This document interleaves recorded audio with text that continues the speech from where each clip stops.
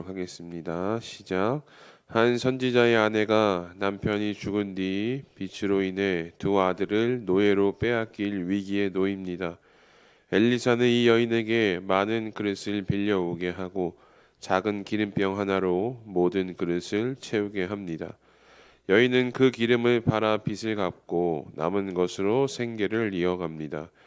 이 사건은 엘리야가 사르밧 과부를 도왔던 이야기를 떠오르게 합니다. 하나님은 엘리야와 엘리사를 통해 가난한 자들을 돌보시며 절망 가운데 있는 이들에게 소망을 주셨습니다. 그뿐 아니라 예수 그리스도를 이 땅에 보내사 우리에게 있는 모든 죄의 빛을 탕감해 주셨습니다. 이로 인해 우리는 하나님의 자녀가 되었으며 무엇을 먹고 마시고 입을지 걱정하지 말라는 약속도 받았습니다.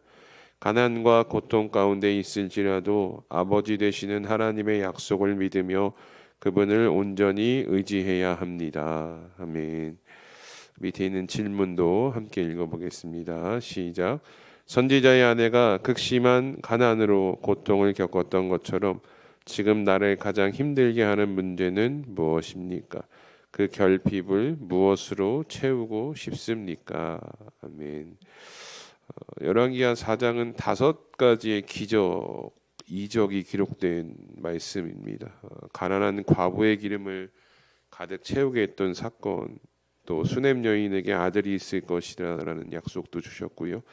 또 실제적으로 그 아들을 주셨고, 또 아들이 죽었다가 또 다시 살아난 사건, 또 국에 있는 독을 제거한 사건, 또 보리떡 20개로 100명을 먹인 사건, 총 5가지의 기적을 보여주셨는데 말씀 제목 그대로 삶의 문제보다 하나님께서 베푸시는 은혜가 더 크다라는 것을 각 사건들 속에서 우리는 발견하고 또 깨닫게 됩니다.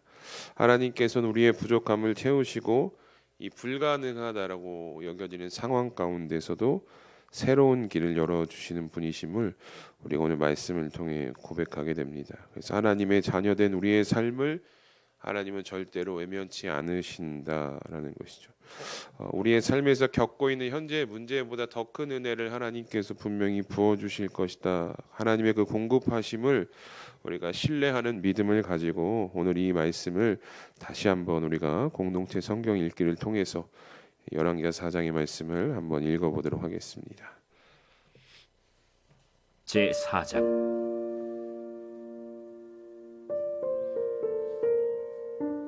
선지자의 제자들의 아내 중에 한 여인이 엘리사에게 부르짖어 이르되 당신의 종 나의 남편이 이미 죽었는데 당신의 종이 여호와를 경외한 줄은 당신이 아시는 바니이다.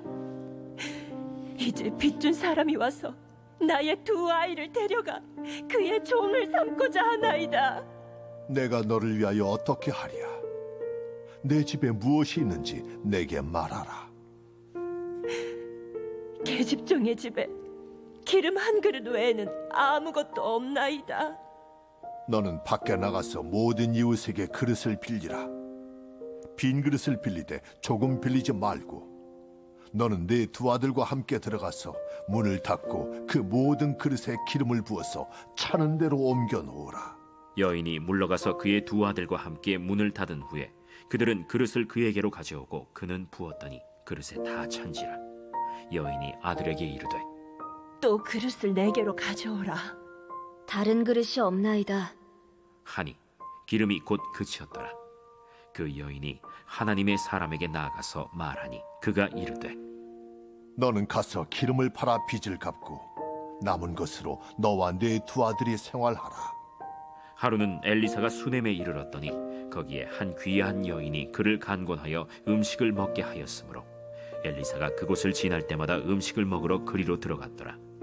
여인이 그의 남편에게 이르되 항상 우리를 지나가는 이 사람은 하나님의 거룩한 사람인 줄을 내가 아노니 청하건대 우리가 그를 위하여 작은 방을 담 위에 만들고 침상과 책상과 의자와 촛대를 두사이다. 그가 우리에게 이르면 거기에 머물리이다. 하루는 엘리사가 거기에 이르러 그 방에 들어가 누웠더니 자기 사환 게하시에게 이르되 이 수냄 여인을 불러오라. 곧 여인을 부르매 여인이 그 앞에 선지라. 엘리사가 자기 사환에게 이르되 너는 그에게 이르라. 내가 이같이 우리를 위하여 세심한 배려를 하는도다. 내가 너를 위하여 무엇을 하랴? 왕에게나 사령관에게 무슨 구할 것이 있느냐? 나는 내 백성 중에 거주하나이다. 그러면 그를 위하여 무엇을 하여야 할까? 게하시가 대답하되 참으로 이 여인은 아들이 없고 그 남편은 늙었나이다. 다시 부르라. 부름에 여인이 문에 서니라. 한 해가 지나 이때쯤에 내가 아들을 안으리라. 아니로소이다. 내 주 하나님의 사람이여, 당신의 계집종을 속이지 마옵소서. 여인이 과연 잉태하여 한 해가 지나 이때쯤에 엘리사가 여인에게 말한 대로 아들을 낳았더라. 그 아이가 자라매 하루는 추수꾼들에게 나가서 그의 아버지에게 이르렀더니 그의 아버지에게 이르되 내 머리야, 내 머리야. 하는지라. 그의 아버지가 사환에게 말하여 그의 어머니에게로 데려가라. 곧 어머니에게로 데려갔더니 낮까지 어머니의 무릎에 앉아 있다가 죽은지라. 그의 어머니가 올라가서 아들을 하나님의 사람의 침상 위에 두고 문을 닫고 나와 그 남편을 불러 이르되 청하건대 사완 한 명과 나귀 한 마리를 내게로 보내소서. 내가 하나님의 사람에게 달려갔다가 돌아오리이다. 초하루도 아니요 안식일도 아니거늘 그대가 오늘 어찌하여 그에게 나아가고자 하느냐? 평안을 비나이다. 이에 나귀의 안장을 지우고 자기 사환에게 이르되 몰고 가라. 내가 말하지 아니하거든 나를 위하여 달려가기를 멈추지 말라.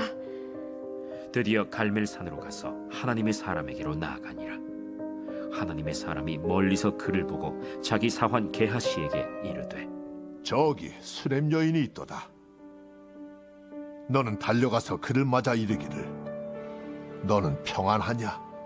네 남편이 평안하냐? 아이가 평안하냐 하라. 평안하다. 하고 산에 이르러 하나님의 사람에게 나아가서 그 발을 아는지라. 게하시가 가까이 와서 그를 물리치고자 하매 하나님의 사람이 이르되 가만두라. 그의 영혼이 괴로워하지만은 여호와께서 내게 숨기시고 이르지 아니하셨도다. 내가 내 주께 아들을 구하더이까. 나를 속이지 말라고 내가 말하지 아니하더이까. 엘리사가 게하시에게 이르되 내 허리를 묶고 내 지팡이를 손에 들고 가라. 사람을 만나거든 인사하지 말며 사람이 내게 인사할지라도 대답하지 말고 내 지팡이를 그 아이 얼굴에 놓으라. 여호와께서 살아계심과 당신의 영혼이 살아계심을 두고 맹세하노니 내가 당신을 떠나지 아니하리이다. 엘리사가 이에 일어나 여인을 따라가니라. 게하시가 그들보다 앞서가서 지팡이를 그 아이의 얼굴에 놓았으나 소리도 없고 듣지도 아니하는지라. 돌아와서 엘리사를 맞아 그에게 말하여 아이가 깨지 아니하였나이다. 엘리사가 집에 들어가 보니 아이가 죽었는데 자기의 침상에 눕혔는지라. 들어가서는 문을 닫으니 두 사람뿐이라. 엘리사가 여호와께 기도하고 아이 위에 올라 엎드려 자기 입을 그의 입에 자기 눈을 그의 눈에 자기 손을 그의 손에 대고 그의 몸에 엎드리니 아이의 살이 차차 따뜻하더라. 엘리사가 내려서 집안에서 한 번 이리저리 다니고 다시 아이 위에 올라 엎드리니 아이가 7번 재채기하고 눈을 뜨는지라. 엘리사가 게하시를 불러 저 수렘 여인을 불러오라. 곧 부름에 여인이 들어가니 엘리사가 이르되 내 아들을 데리고 가라. 여인이 들어가서 엘리사의 발 앞에서 땅에 엎드려 절하고 아들을 안고 나가니라. 엘리사가 다시 길갈에 이르니 그 땅에 흉년이 들었는데 선지자의 제자들이 엘리사의 앞에 앉은지라. 엘리사가 자기 사환에게 이르되 큰 솥을 걸고 선지자의 제자들을 위하여 국을 끓이라. 한 사람이 채소를 캐러 들에 나가 들포도 덩굴을 만나 그것에서 들호박을 따서 옷자락에 채워가지고 돌아와 썰어 국 끓이는 솥에 넣되 그들은 무엇인지 알지 못한지라.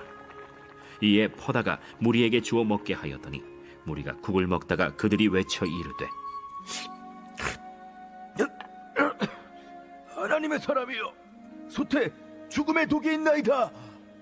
하고 능히 먹지 못하는지라. 엘리사가 이르되 그러면 가루를 가져오라. 하여 솥에 던지고 이르되 퍼다가 무리에게 주어 먹게 하라. 하매 이에 솥 가운데 독이 없어지니라. 한 사람이 바알 살리사에서부터 와서 처음 만든 떡 곧 보리떡 20개와 또 자루에 담은 채소를 하나님의 사람에게 드린지라. 그가 이르되 무리에게 주어 먹게 하라. 그 사환이 이르되 내가 어찌 이것을 100명에게 주겠나이까? 무리에게 주어 먹게 하라. 여호와의 말씀이 그들이 먹고 남으리라 하셨느니라. 그가 그들 앞에 주었더니 여호와께서 말씀하신 대로 먹고 남았더라. 아멘. 52페이지에 있는 말씀 기도 함께 보겠습니다. 첫 번째 기도 제목입니다. 6절 말씀입니다. 그릇에다 찬지라. 여인이 아들에게 이르되 또 그릇을 내게로 가져오라 하니 아들이 이르되 다른 그릇이 없나이다 하니 기름이 곧 그쳤더라. 한 선지자의 아내가 남편이 죽은 뒤 빚 때문에 두 아들을 노예로 내주어야 할 위기에 처하자 엘리사에게 도움을 청합니다. 엘리사는 빈 그릇을 모으게 하고 작은 기름병에서 흘러나오는 기름으로 모든 그릇을 채우게 합니다. 여인은 그 기름을 팔아 빚을 갚고 남은 것으로 생계를 이어갑니다. 하나님은 가난과 고통 가운데 있는 자들을 외면하지 않고 돌보시는 분입니다. 첫 번째 기도 제목입니다. 가난하고 소외된 이들의 삶에 주님의 긍휼과 자비가 넘쳐 흐르게 하소서. 무엇보다 빈 그릇 같은 심령 가운데 주님의 사랑과 은혜를 가득 채워 주소서. 아멘. 30절 두 번째 기도 제목입니다. 아이의 어머니가 이르되 여호와께서 살아계심과 당신의 영혼이 살아계심을 두고 맹세하노니 내가 당신을 떠나지 아니하리이다. 엘리사가 이에 일어나 여인을 따라가니라. 수넴 여인의 아들이 병으로 죽자 그녀는 엘리사에게 달려가 살려달라고 간청했습니다. 엘리사가 방에 들어가 간절히 기도하자 하나님이 아이를 다시 살리셨습니다. 이 사건은 죽은 자를 살리시는 하나님의 능력을 드러내며 장차 예수 그리스도의 부활을 예표합니다. 두 번째 기도 제목입니다. 죽음의 권세를 이기신 예수 그리스도를 더 믿고 의지하게 하소서. 절망과 고통의 순간에도 다시 살리시고 회복시키는 하나님의 능력을 신뢰하게 하소서. 예수님의 부활이 내 삶의 소망이 되게 하소서. 아멘. 우리 두 가지 기도 제목을 기억하면서 또 오늘 말씀을 기억하면서 함께 이 시간 기도했으면 좋겠습니다.